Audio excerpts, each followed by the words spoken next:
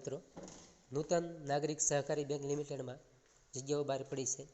Chief compliance ઓફિસરમાં qualification bankers હોવા જોઈએ with CA LLB qualification હોવું જોઈએ.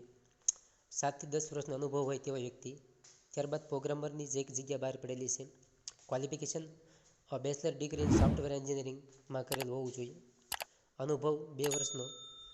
નોલેજ હોવું જોઈએ C++, NET, HTML, જાવાસ્ક્રિપ્ટ, જાવા, SQL server, ASP.NET, PHP, Android અને iOSમાં. આસિસ્ટન્ટ એક્ઝિક્યુટિવની કોન્ટ્રાક્ટ પર જગ્યા બહાર પડેલી છે.